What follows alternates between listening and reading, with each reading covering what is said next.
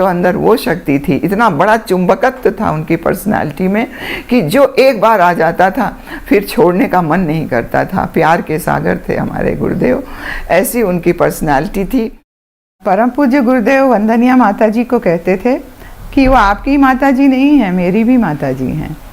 परम पूज्य गुरुदेव वंदनीय माता जी को शक्ति मानते थे और उनकी शक्ति कहते थे, अगर तुमको कुछ अगर भौतिक उपलब्धि प्राप्त करनी है तो वंदनीय माता जी के पास जाना, और आध्यात्मिक उपलब्धि तुमको चाहिए, आत्मिक उत्थान चाहिए तो मेरे पास आना।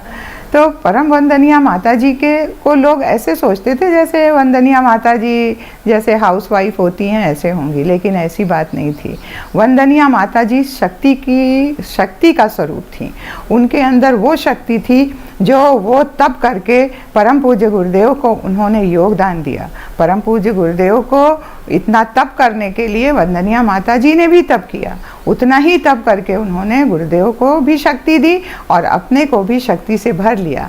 आप समझ लीजिए, रोग प्राणिक हीलिंग करते हैं कि प्राणिक हीलिंग से ये रोग ठीक हो जाएगा, और वंदनीय माता जी मात्र देख लेती थी और लोग ठीक हो जाते थे। हम आपको अपने घर की बात बताते हैं, हमसे छोटे ब्रदर हैं, बहुत लंबे चौड़े हैं, तो उनके पैर में फुट में फ्रैक्चर हो गया और महीनों से ठीक नहीं हो पाता था, और यहाँ पे शादी पड़ गई हमारी भतीजी की तो उसको आना पड़ा तो स्टिक लेके किसी तरह वो चल फिर करके चलते थे। ऊपर भी नहीं जा पा रहे थे, बड़ी मुश्किल से वंदनीय माता जी के पास ऊपर हॉल में पहुँचे।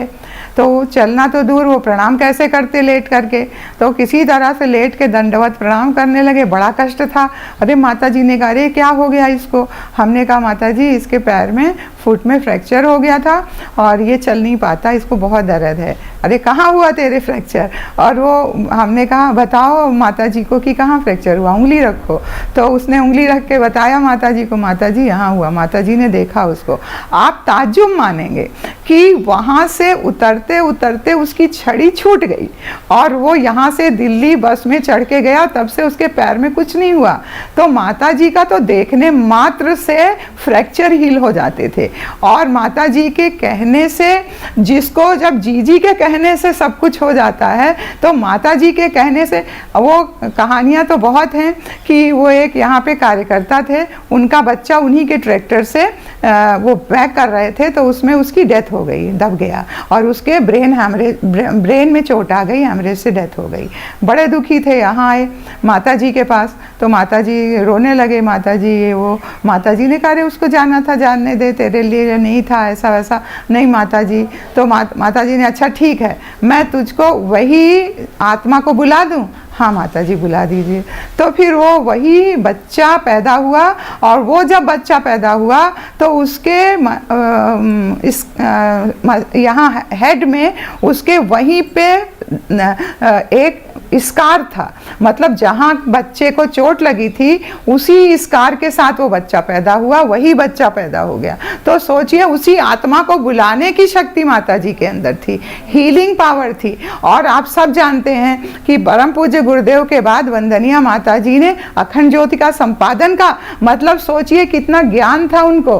अखंड ज्योति का संपादन करती थी, और वो पहले से संपादन बहुत ज़्यादा भावनाशील और बहुत अच्छा था, सब लोग बहुत अप्रिशिएट करते थे। इसके अलावा पूरे संगठन को चलाने का काम वंदनीय माता जी ने पूरे साहस से पूरे संगठन को एक बनाते हुए, अपने प्रेम को लुटाते हुए इतना बड़ा संगठन खड़ा किया।